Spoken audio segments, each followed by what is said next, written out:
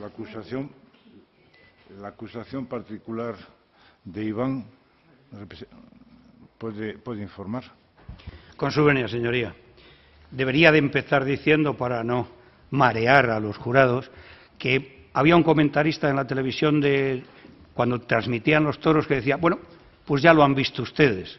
Ese ya lo han visto ustedes es, desde mi punto de vista, el privilegio que han tenido ustedes de estar en esta sala con nosotros y ver cómo se practicaba la prueba, la que no ha tenido ningún altibajo, queremos decir, no ha habido ningún defecto de forma en ella, con lo cual se ha practicado y ustedes tienen ya asumido o entendido su criterio sin perjuicio de que perfilemos desde nuestro punto de vista o desde el punto de vista de la representante del Ministerio Fiscal cómo han sido los hechos y lo que les pido antes de nada es que evidentemente el veredicto sea de culpabilidad respecto al acusado en lo que se atiene al secuestro o detención ilegal. Ya les dije en su día que son matices, pero ahora se lo explicaré en un segundo, que se pronuncien respecto al secuestro o detención ilegal como que existió, y yo creo que a la representante del Ministerio Fiscal, que ha exhibido un rigor y una exhaustividad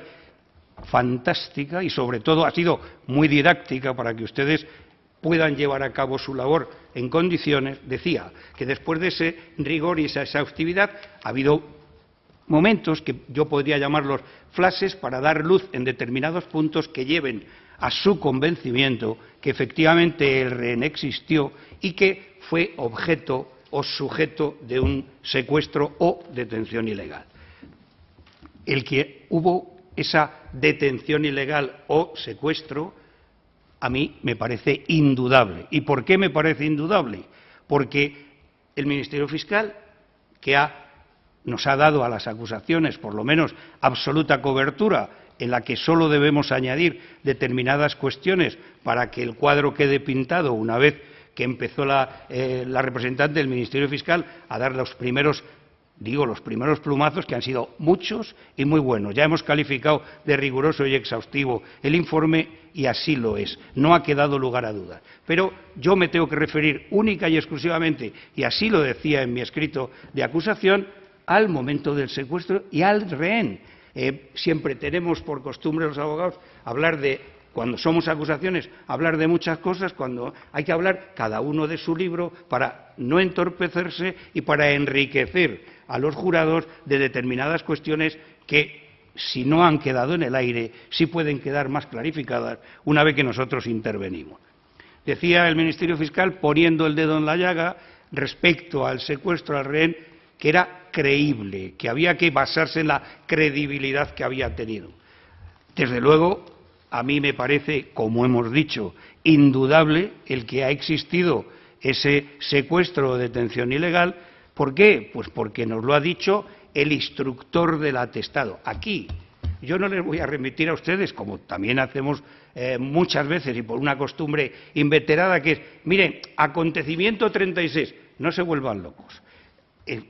Hay que juzgar sobre lo que han visto. Y juzgando sobre lo que han visto, vino el instructor del atestado, que no había intervenido en la mayoría de las actuaciones o los trámites practicados, pero sí dijo ya el instructor, primero le dijeron que había un rehén y ya que había un rehén, y él no así lo creyó, así instruyó el atestado como que lo había. Pero llega el guardia civil, que era de la Policía Judicial, el policía KX, y dice que dio cobertura al primer negociador. El primer negociador nada tenía que ver con la Unión de Intervención Especial, nada. Es de la plaza y era un negociador que intentaba a ver si lo solucionaba. Dando cobertura a ese negociador, el policía judicial, que estaba en esas labores de apoyo, hoy el rehén pedía auxilio, lloraba y dijo que le iba a matar y que le había cortado un dedo. Una de las frases dichas por un policía judicial, guardia civil, que está en el lugar de los hechos y escuchándolo. Y escuchó amenazas a Iván, que se las proferían desde dentro a él, o sea, no las profería nadie fuera. Dijo, se las proferían hacia este desde dentro. Muy bien, esos dos primeros, el instructor y el policía judicial K, nos dijeron lo que había, que va haciendo que el relato sea creíble, como no puede ser de otra manera. Y llegó el único guardia civil del que podemos saber el nombre, porque por estas circunstancias de la seguridad para todos los agentes, Policía Nacional, incluso para agentes de seguridad que han intervenido en determinados hechos delictivos, solo los conocemos por el número de la tarjeta de identificación profesional, pero en este caso el sargento que es comandante del puesto. Nombre, Sergio, ya lo dijo él, que conocía al acusado, de otras intervenciones y demás, y nos relató, yo se lo resumo para no marearles, amenazas constantes, como entre esos llevo por delante.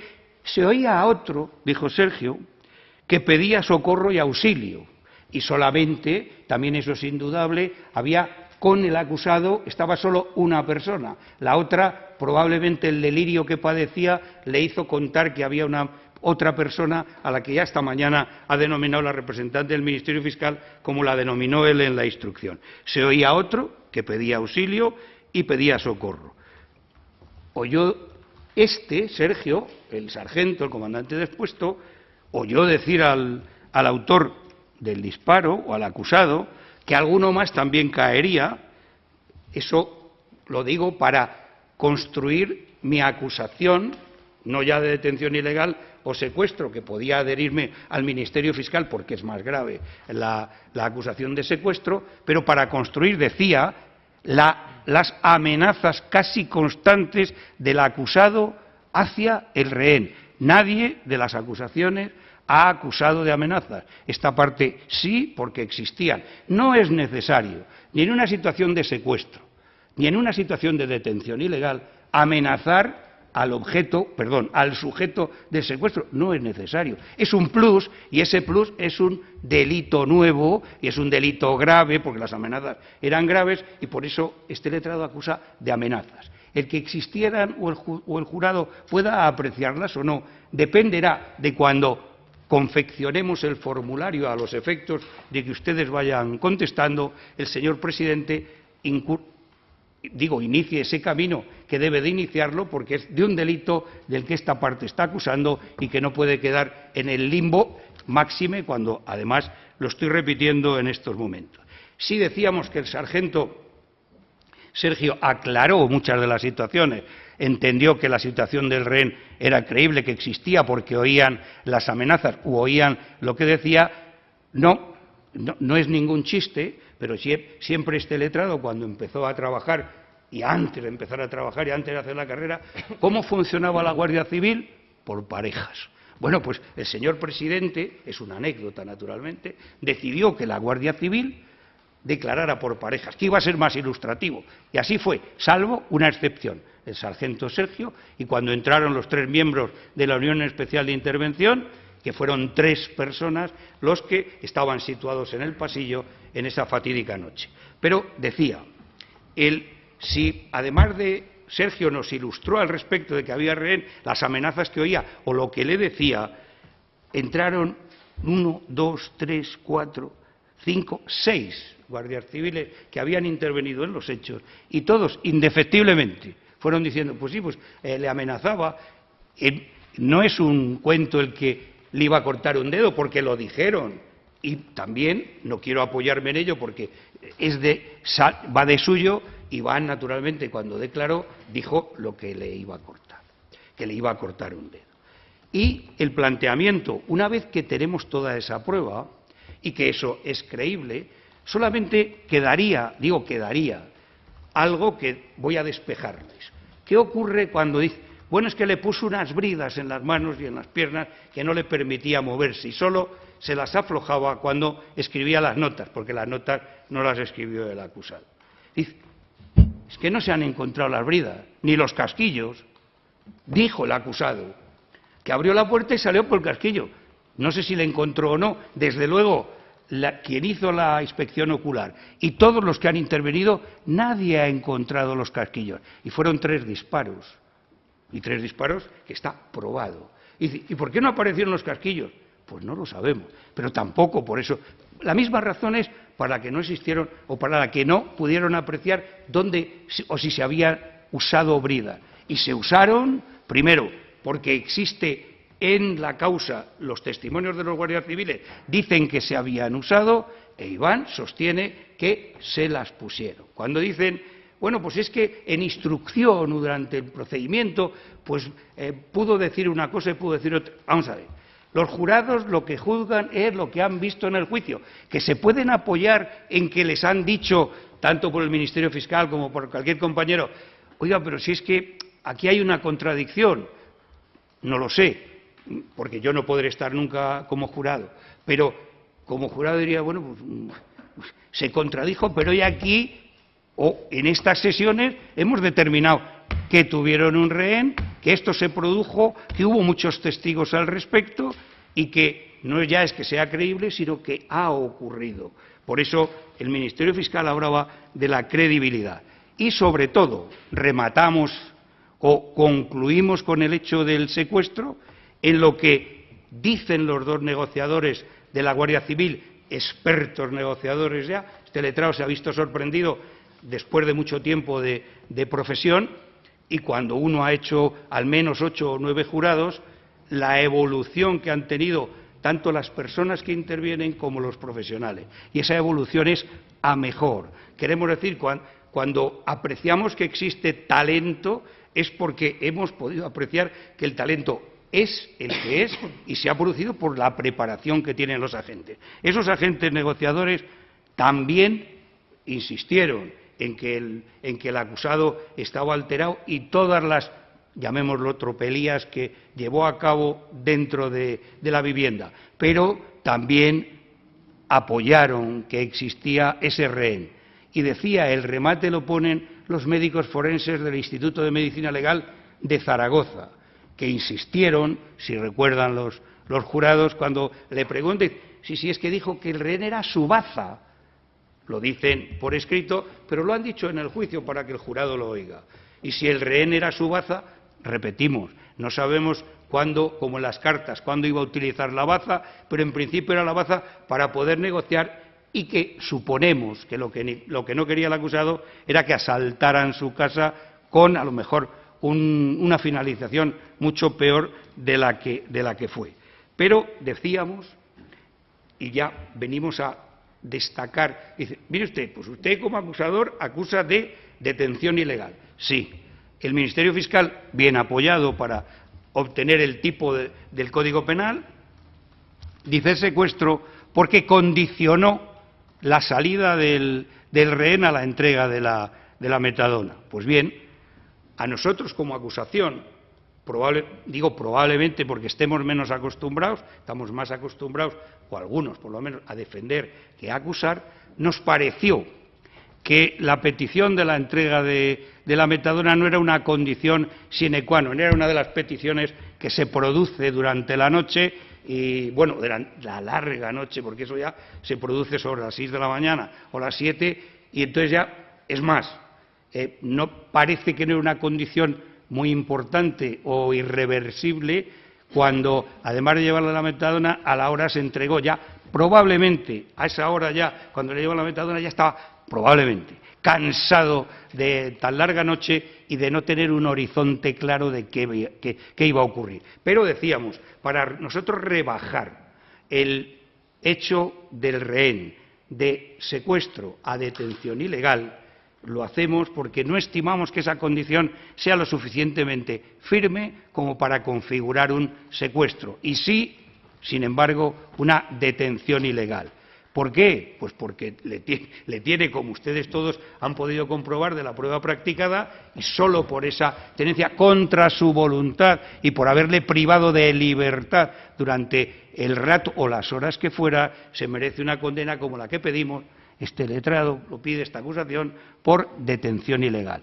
Repetimos que nos hubiera sido más fácil, en vez de dar esta explicación, adherirnos de cabo a rabo con lo que dijo la representante del Ministerio Fiscal y se terminó, secuestro.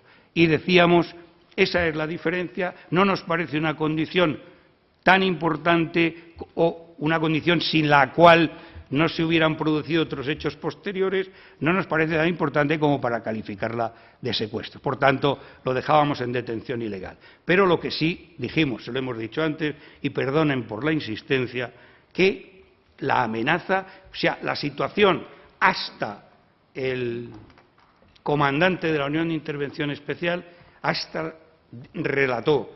Era una situación amenazante, pero no ya era amenazante por el contexto que se vivía, pero desde luego Iván Balbuena recibió amenazas de muerte porque está probado por todos.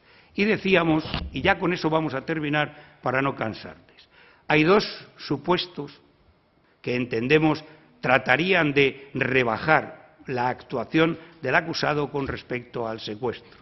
Digo dos actuaciones, una, la del comandante de la Unión de Intervención Especial, que dijo, no sabemos si como testigo o como sí que a él le parecía que el rehén había salido tranquilo, lo decía esta mañana la representante del Ministerio Fiscal, o relajado, creo que fue el término que empleó, y que solo se alteró cuando la policía o los guardias civiles le preguntaban. La situación es fácil de explicar. Se ve liberado, sale, suponemos, no lo sabemos, sale a la calle porque le han franqueado la puerta para que salga por la puerta y, bueno, pues sale a lo mejor como un novillo, salía, pero no hace ningún aspaviento, sale y queda en manos de la fuerza policial y, claro, la fuerza policial lo que quiere saber es tener datos y le asaetean a preguntas. Y, como le asaetean a preguntas y el comandante que ha llegado cuando se han producido los dos disparos, cuando llega la unidad de intervención, ni ha visto la situación anterior, ni ha oído al rehén, ni ha oído nada. No, bueno, pues me pareció subjetivo, me pareció que estaba contando un cuento, o poco más o menos, o que no era creíble.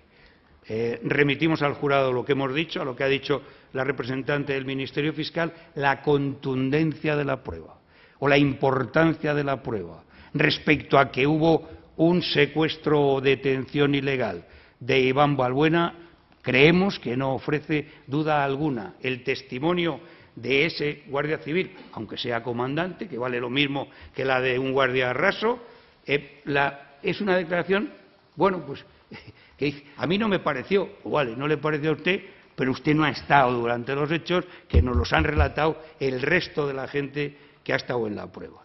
Y ya no merece, íbamos a decir, utilizando términos taurinos, ni un volapié, merece la crítica de la versión que nos dio Ainara, que vino a contarnos el cuento que le parecía y, evidentemente, pues a tratar de echar una mano, dicho sea coloquialmente, al acusado. ¿Por qué vino a echar una mano? Bueno, pues porque ya tanto la representante del Ministerio Fiscal como la primera acusación pues han contado lo de que se produjo la pelea y entraron abrazados.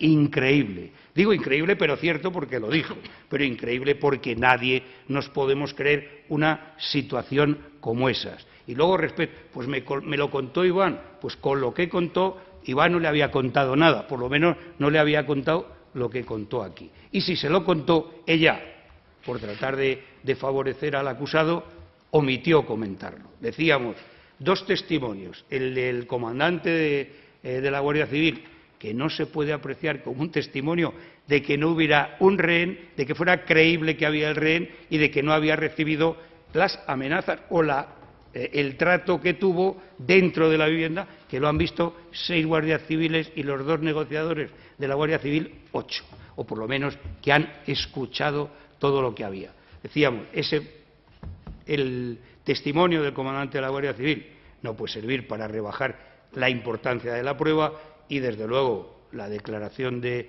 Ainara no puede tenerse en cuenta porque incurre en un relato fantasmagórico, esto es, que no había ocurrido. Y como no había ocurrido, pues el jurado tiene que dictar un veredicto de culpabilidad respecto a la situación de retención, detención o secuestro a la que estuvo sometido Iván Balbuena esa noche, que yo creo que era 30 de junio a 1 de julio.